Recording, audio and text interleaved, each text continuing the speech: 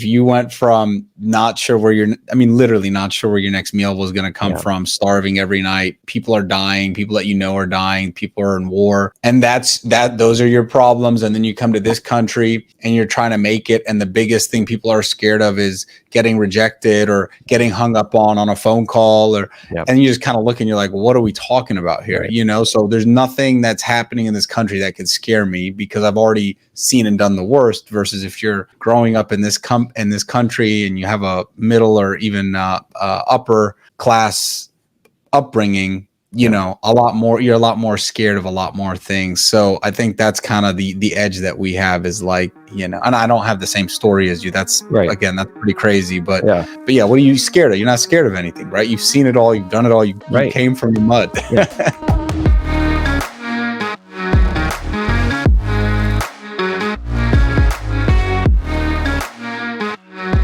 All right, everyone. Welcome back to the Succeed REI podcast and YouTube show. I'm your host, Vitaly Volpov, and I have an awesome guest for you guys today. His name is Bishoy Habib. Bishoy is the founder and managing partner of Legacy Legal, a respected Florida law firm specializing in representing investors, developers, lenders, real estate companies, and business owners. His legal knowledge, along with his experience as a real estate investor himself and a broker, gives him a unique perspective on the industry. In addition to his legal practice, Bishoy is also the broker and co-founder of Capstar Real Estate, which is a hybrid brokerage in Florida with a team of 20 agents specializing in off-market and creative deals. So I'm really excited to talk to him about all of those things today. And without further ado, let me bring on Bishoy. Bishoy, how are you doing? Good. Thank you for the nice introduction, Vitaly. Absolutely. I'm really excited to talk to you about everything that you're involved in. And, we might as well jump right in. Why don't you tell everyone about your background? How long have you been practicing law and how did you get into that type of practice? Yeah. So believe it or not, it's been 12 years of practicing law now, which is crazy to say. Doesn't feel like that. It's flown by. So I started my journey in real estate when I was a kid. My dad was always involved in real estate as a second job first, and then it turned into a full-time job for him. So I was always surrounded by it. I always thought it was neat that he could kind of make his own hours, whereas my mom, had like a 9 to 5, so she couldn't.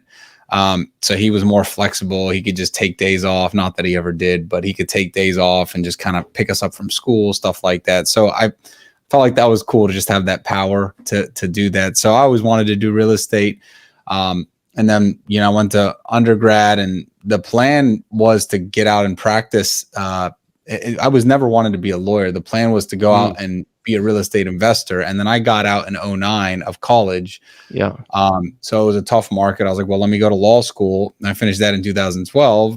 In 2012, the market still, we look back now and we're like, I wish I bought everything in sight. But at the time, that's not what the sentiment was. And so it was tough to get any kind of job in real estate. So I was like, well, let me practice law. Moved up to New York, got my New York license as well as my Florida license to practice law.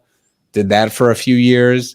Cut my teeth, did some big commercial real estate in the city, focused on hotels.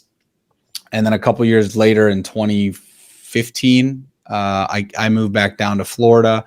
And that's where I've been ever since in Tampa. And then, you look up and, one day it's been 12 years of practicing law and you have no idea how. Right. Well, as you know, I can definitely relate to everything you just said. And for me being, same kind of taking a similar path where I was never really planning to be an attorney. And it was one of those things where I don't know if it was the same for your family, but some of my family who are also first generation immigrants, and I am too, but it's kind of an unspoken rule that you have to go into some profession, which is either you have to be an attorney, a doctor, an engineer, 100%. Right. I didn't want to get into all that, but I definitely felt a sense of I have to get a degree here because everyone else in my family has one. And so I chose law. I sure as hell wasn't going to do medicine or dental like the rest of my family. So it's funny you say that. Yes.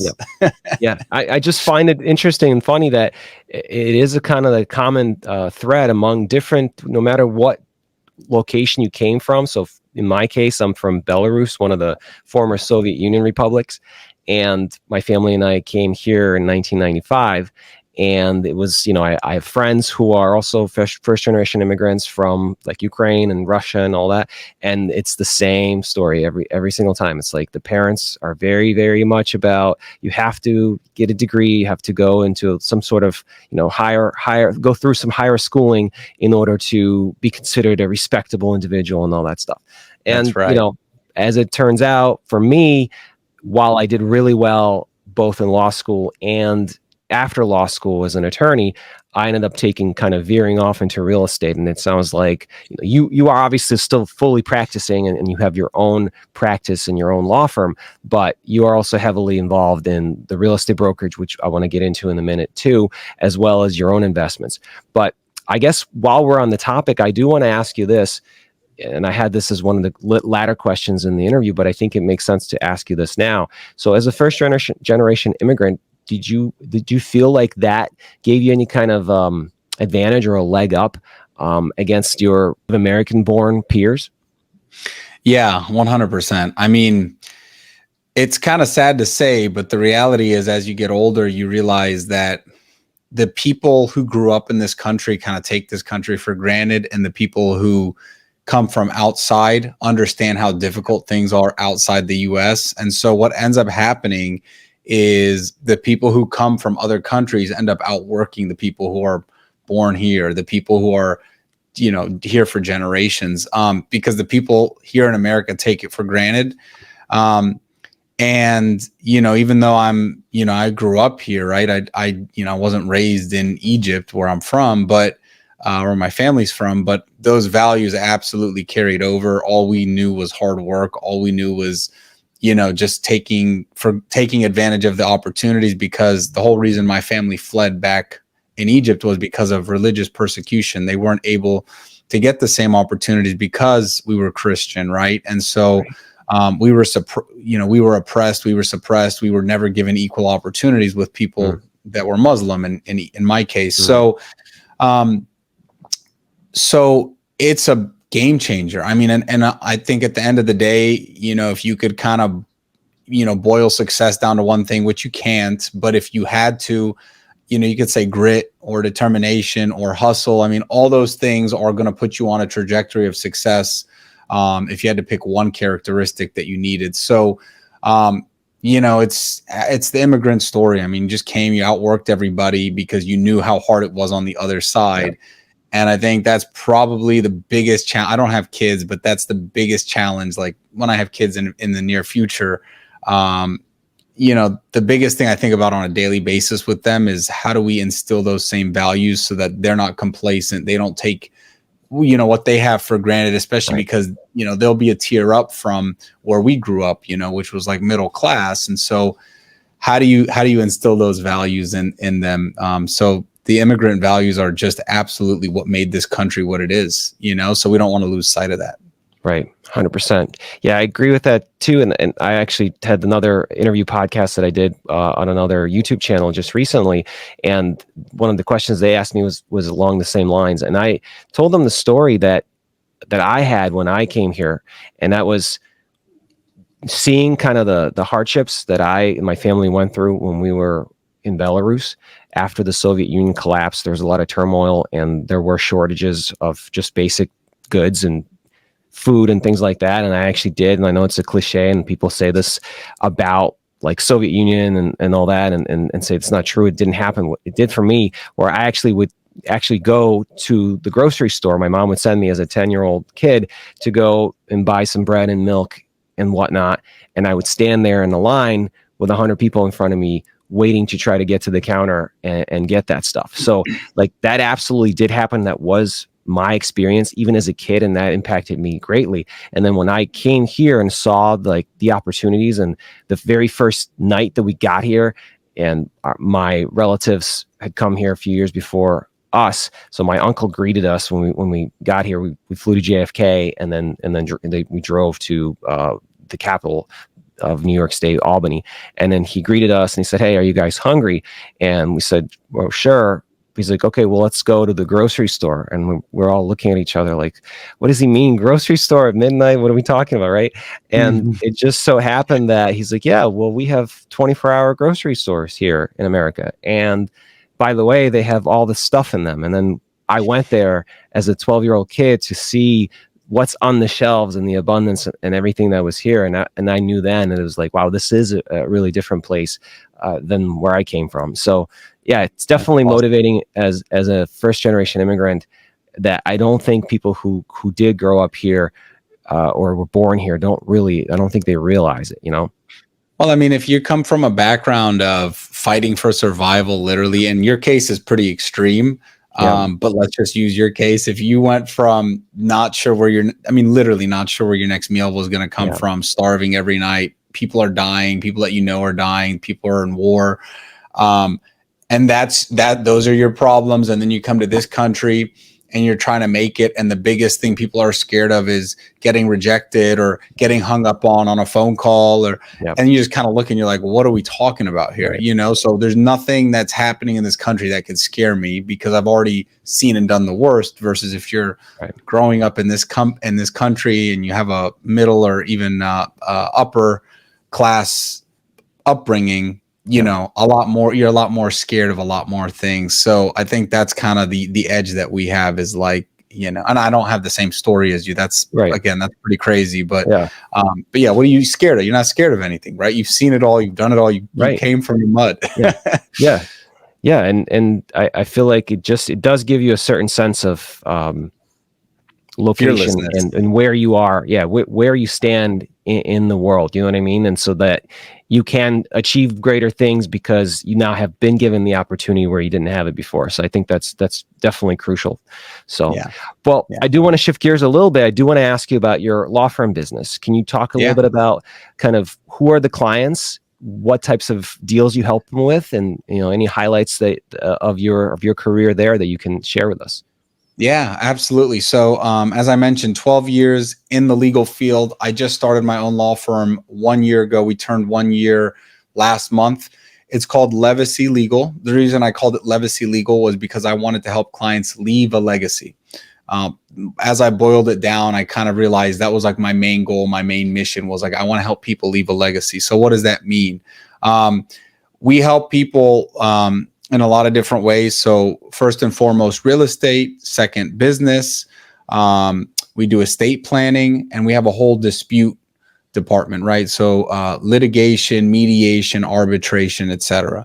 The reason I chose legacy and the reason I want to help people leave a legacy was because, as I kind of thought about it, that's ultimately what I want to do, right? And that's ultimately why I'm doing this, right? I mean, we could say money, and money's cool, and obviously that's a motivation. But at the end of the day, what I've always thought of my purpose, I have always felt like I'm here for a higher purpose, and to impact as many people as possible. And I think that the law firm is absolutely a way for me to do that. And so again, just what's my legacy? My mom passed away a few years ago, and about 7 years ago now. But when she did, the amount of people that she touched, just the way that she, impacted so many people, like her legacy is unmatched in terms of how many people, and when we went back to Egypt to visit the places she would go, there was hundreds of people coming up to us like, you don't know what your mom did for us. And so that always resonated with me. So that's kind of the motivation for the name. The practice areas, as I mentioned, we're in Florida. We're based in Tampa here. The clientele, I love working with investors. I love working with business-minded individuals. I love working with, companies that probably are too small to do things themselves, but too small to have their own in-house counsel, but too big to kind of do these things themselves. So that's kind of a sweet spot for me. The three pillars of the law firm is we're responsive, because the number one complaint about attorneys is you can't get a hold of them. You can get a hold of this attorney easily. Number two, investor friendly, as I just mentioned. And number three, very trustworthy. We're always going to put the client first. There's no deal that's worth jeopardizing, my reputation, our reputation, putting our clients in harm. Right now we have perfect Google reviews all across the board. We take extreme pride in that. I know it's not always going to stay that way, because there's always, someone that wants to say something. Sure. But for the time being, we're very proud of that. And we we hang our hat on that. So, good customer service, great legal service, somebody that you can rely on, Legacy Legal. Yeah, great. And so just some follow-up questions on that. So do you have partners in the law firm with you that are owners? No, so I am 100% founder, managing partner. I've had good opportunities and I've resisted. I've just come to see that pretty much, and I'm just maybe what I hear, but most of the time it doesn't end well when you have partners, of equal footing. Yep. I'm open to having partners in the firm, but as far as the decision making, I mean, that lies with me, and that's where I'm comfortable now. I do have other attorneys at the firm, of course, but they're not in ownership roles. Yeah, that's a great point. So I will take it back a little bit to real estate and partnerships in real estate.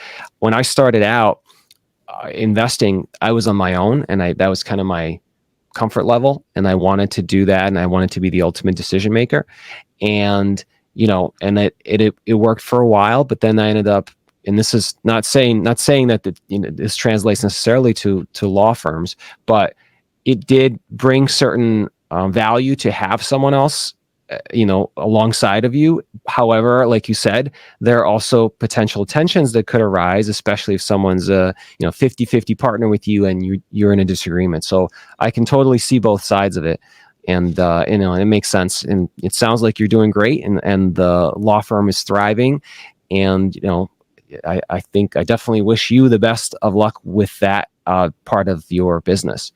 I do want to then also ask you, how did it come to be that you also decided and you ended up opening a real estate brokerage alongside of it? And how are you managing those two things, those two businesses simultaneously? Because I can imagine that they're not always in synergy, and you may have a lot of different things that you kind of directions you're pulled into. How are you doing that? Yeah, well, so thankfully there is a lot of overlap. So sometimes the things that I learn in my legal world, and the news that I'm reading translates into both. So there is some overlap, not all overlap. It came about basically, it wasn't intended that I opened both businesses or founded both businesses within, I would say, 5 months of each other. That's what ended up happening. I had started the law firm last year, right after I got married. And then there was a good friend of mine, that Jake Schmidt, and he's a top producing agent in Tampa, and he and I have been friends for so long. We've done deals together and we've hung out together, and someone I trust and love. And he's kind of, been planting the seed, like, let's start a brokerage. And I had my broker's license because I almost started one a year prior, and I never did. Mm-hmm. And I almost partnered with someone else to start one, and we never ended up happening. So Jake had been planting the seed for a while, and then, we got more serious about it as the year progressed. And he's like, listen, I got all these agents lined up. What do we need to do? Mm-hmm. So then we met with our third partner, Gabe Kozel, here in Tampa. And the three of us are just dynamite together. We all bring a different element. Gabe is like an off-market guru specialist, just wired differently. Mm-hmm. Jake is, as I said, just a networking king. And then me, I bring obviously the legal, the mm-hmm. expertise, the experience, and all of us have our own networks. And so it really became an awesome partnership, and it's become an awesome partnership. We started, in earnest, the brokerage, I think it was October when it officially started, but we had been prepping from the summer, and basically it's taken off. It's been very good. Obviously we've slowed a little bit with the market slowing down, but the off-market stuff is brewing. And then, that's the brokerage side. And then we have a different side. That's why it's called a hybrid brokerage, because we have a whole investment side, where I think we have 12 employees working under us on that side right now, just finding off-market deals for us. So it's one business, but it's really two businesses. Mm-hmm. And again, it's all tied into real estate, but one is buying and selling real estate for other people. One is doing it for ourselves. So. Gotcha. And on the side where you're representing clients or doing it for others, what percentage would you say, or is it 100% between like investment clients and maybe even residential? Do you do any residential, or is it all pretty much investors? No, we do residential. We do residential. Yeah. So we have some of our agents who are retail because that's what they know. We coach them up on the off market stuff, but we still have a lot of retail stuff going on. So we definitely have some of that, and then we definitely have some investor stuff. We've been closing on, duplexes and quadplexes recently, and we're kind of breaking into the commercial space, not so much on the brokerage side, but more on the investment side. So it's a healthy combination of those things, I would say, and it really depends on the agent. So we have agents who are more comfortable working with builders who are looking to buy infill lots and build on them. We have agents who just want that $350,000 starter home. We have agents who are selling $2 million homes. So it kind of runs the gamut. It just depends on the agent ultimately. Gotcha. And when you mention off market and creative deals, can you just explain a little bit what that means for people who are watching who may not know necessarily what it is? Yeah, definitely. So off market just simply means the property's not publicly listed or advertised for sale. I think technically if it's not on MLS, it's off market, but these would be properties that the owner hasn't even expressed an interest publicly in selling the property. So by way of example, we have access to properties that we have a feeling the owners might want to sell for whatever reason. Maybe they're in a distressed situation. Maybe they haven't paid the taxes. Maybe there's a lien on their property. Maybe they're absentee owners, whatever the case may be. So then we'll start reaching out to those individuals or companies, if it's a company, and basically see if they're interested. Now you get a lot of no's, but you get a lot of yeses too, relatively. So when you work off market, there's pros and cons. The hard part about off market deals is the amount of work it takes to find them. But if you find them, you have a lot less competition, right? And so you're not bidding against the open market. You're not bidding against thousands of people that are looking. You're bidding against just you versus them. And depending on how sophisticated they are, how much they're in tune with the market, how desperate they are. I mean, all those are big factors in how well you can negotiate the deal. But in any event, off market, you're almost always going to get better pricing as a buyer because there's less competition. Right. Absolutely. And so that goes for the properties that you yourself and your partners invest in, and also for some buyer clients. Is that right? Yeah, depending. So for example, if a retail agent, has a buyer, and we had this happen where one of our agents had a cash buyer and they were looking at a high price point, up to like 7 million in cash, right? And so with something like that, we went and reverse engineered a special search for any property that met his criteria. And, we came up with a list of however many, and we would just start reaching out to those off market opportunities. Primarily where we're doing it is on the investment side these days. And we're just finding a lot of deals. And I'll tell you, the market has shifted. I mean, everybody knows that everything's slowed down, but it's exciting for us, especially being in Tampa, Florida, because we are seeing buyer leverage that buyers haven't had in 10 years at least. It's a buyer's market, and it has not been a buyer's market even before COVID. Even, I've been here back here since 2015. And I mean, literally every year it's been a hot market, but obviously COVID took it to a level that unprecedented level. Yeah. This is the first time, like I would say the last year is the first time that things have really been a buyer's market in 10 years in Tampa. So it's not the worst thing in the world, but it's giving people the leverage. So the reason I bring that up is to say, when we're talking to these sellers now, they're starting to finally come back down to earth. They were very unrealistic for the longest time, because imagine if you were getting hit up every day by 10 people to sell your property, you would think it was worth 3 times what it actually was, right? Sure. So we're seeing a slowdown. We're seeing it coming down to reality by these sellers. And that's just making our job a lot easier, right? Because they're more in tune with what's going on, because they have to be. How big is the Tampa market in the sense of like population wise? How big is the city? I think the MSA is like 3 million people. Yeah. So we have Tampa, St. Petersburg, and then Clearwater is kind of that MSA. So it's big. It's 2 counties. It's 3 large cities. So there's a lot going on. So I imagine that you really don't have any trouble finding as long as you spend enough time and effort and resources to find some of these off-market sellers. You don't have trouble finding them these days. We actually work nationally on that side of things. Okay. But we focus here because the deals are better here, right? It's Gotcha. a lot easier to dispose of the deals if we find them here. So, there's a lot of opportunities, but there's a ton of competition, right? I mean, that's just how the game goes. Right. So in an area that's hot, you're always going to have competition. And just because the market's cooled down, it doesn't mean investors have stopped buying, right? It means that retail, mom and pop, first-time home buyers have slowed down, but the investors are more aggressive and more active than ever before. At least the ones who know what they're doing. Right. Makes sense. So now what about your own investments? What types of things are you currently an owner of or part owner of, and what are you looking to buy in the near future?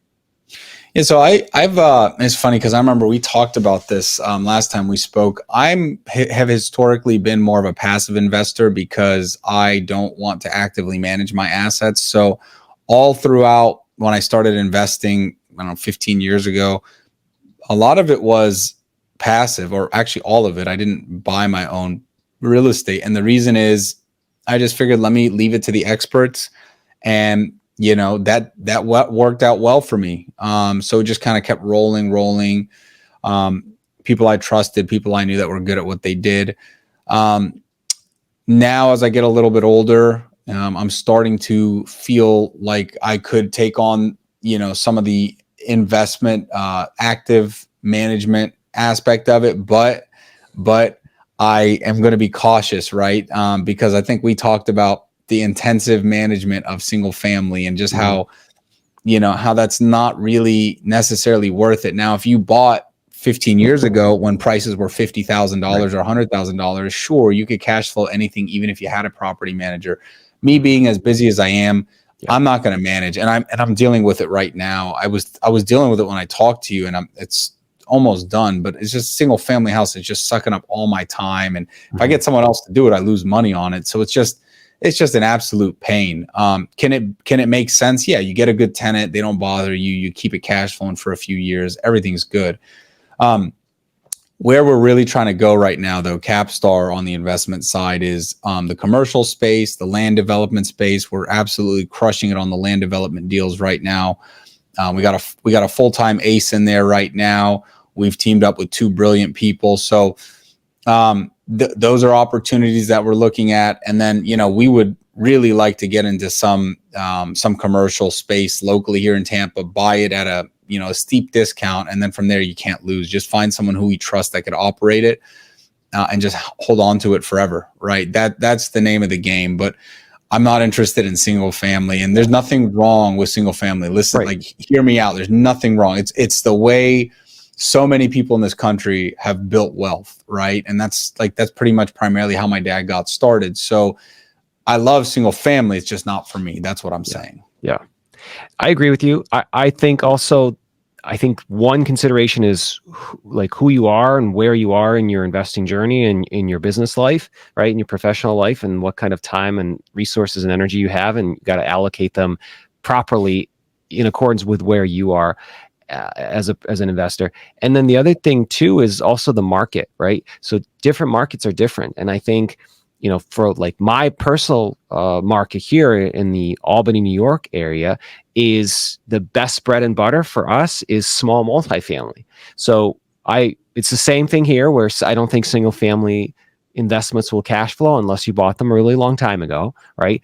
So if you bought anything in the last 10 years or 15 years, and it's going to be a single family rental for you, I'm not sure that you're going to cash flow. Maybe a little bit if you bought it kind of on the latter end of that or the older end of that.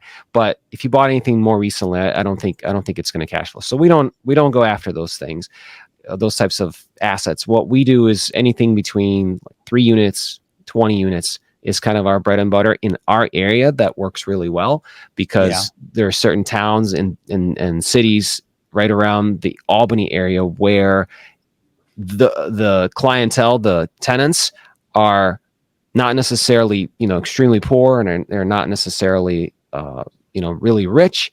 And it's just kind of like this middle ground where the values, the purchase prices of these properties versus the rents that you get from this middle class tenant, it's like a sweet spot. It works really well. And so that has been, our kind of target, but that's because it's like, how do they say it? When life gives you lemons, you make lemonade. So that's kind of what we do. You just look at the market. And I think that would be my recommendation to anyone watching and anyone's considering investing in real estate. You don't want to just look at what or listen to what one of us says or another, investor from another podcast or a YouTube channel or whatever says about this is the best asset class or this is the best asset class. You have to look at first what are your capabilities and abilities are, what can you take on, and then also what does your market offer, and then go from there and figure out what's the sweet spot for you. And I think that's the most important takeaway, because there's no wrong way to invest in real estate if you're following this kind of mantra, because you're doing it with commercial, we're doing it with small multifamily. Other people I know around the country are probably doing with single family as well. Maybe somewhere in the Midwest where the home values haven't risen as much as some of the other more pricier markets, maybe you could still cash flow single family and it would make sense, and even if you did use a property manager. So I think, it's really important for people to understand that when we're talking about this. Yeah. No, absolutely. It's all circumstantial. It's all dependent on your situation. I mean, if I were starting out today, then, I would probably be looking at some smaller single family, but, and you're right. I mean, like I'm in Tampa, right? So like the average home price is probably like $400,000. Right. How much rent are you really making? And the taxes on that might be, $4,000 or $5,000 a year. Yep. And the insurance down here is insane. And so what do you really, and your rents are probably, maybe $3,000 or $2,500. I mean, so where's the money in that? Right. Yeah. So it's tough. It's tough to cash flow single family, but everybody's situation is different. That's why you got to get creative, use some creative financing, some creative debt, seller financing, sub-2 stuff, whatever it is. Right. Agreed. So as we kind of land the plane a little bit with our interview, I do want to touch on this topic and this question that I had for you. So obviously you're an active attorney, practicing attorney. You're also an investor and you're a business owner. I've talked to some younger people who are considering going to law school and becoming an attorney, right? And I have my own opinions on what I say to them based on my experience, but I'm really curious from your perspective, where you kind of have had that similar track, but you're still very active as an attorney. What would you say to people who are maybe just about to graduate college, or they took a couple years off and they're thinking about law school, versus them doing something else, and possibly whether going to law school and getting your law degree is a good gateway to other business opportunities, or do you think that for most people it isn't? Just kind of curious your take on that. Yeah, I mean, I always like to gauge. My first question back is like, well, why do you want to go to law school? What do you want to do with that degree, right? I think that being a lawyer has lost its luster a little bit in America. I think lawyers have, and maybe it's been the case for a while, but especially nowadays, it's not as exciting as it was to say, because lawyers we've kind of given ourselves a bad name in certain ways, which is unfortunate, because it's a couple bad actors, and those are the people that you see in the headlines for doing things they shouldn't be doing. And so, it's unfortunate. We kind of have a bad reputation sometimes, but I always like to ask, why do you want to go to law school, right? What's your kind of end goal? You the last part of the question you asked is, do you think that could help? And I say, like in your business endeavors. And I think absolutely it can. I think when I went to law school, I can admit this now. It's hard for me to admit for a long time, but now I'm pretty comfortable in my own skin. I didn't plan to practice law at all when I went to law school, right? Zero. I wanted to get in and get out, and I didn't like it. I didn't think I would be good at it. I didn't want to do it. And then life just happened and made lemonade out of lemons, right? So, that's kind of what my situation was. I went in there hoping to get the degree and then kind of feel like a Swiss Army knife because I have my MBA as well. I have my law degree. I can go get any job. Well, guess what? I got out of law school. The market sucked and I got no jobs that I wanted, right? So then I was like, well, I got to go figure this out. And that's what I did. Nowadays, when I tell people, if you want to know the biggest advantage to the law degree is it gets my foot in the door anywhere I want. I can literally, and you know what I'm talking about, I can call anybody, I can email anybody, and those emails will never go ignored because I'm an attorney, right? People always respond to you as an attorney. And especially if you're dealing with another attorney, you always give them that courtesy.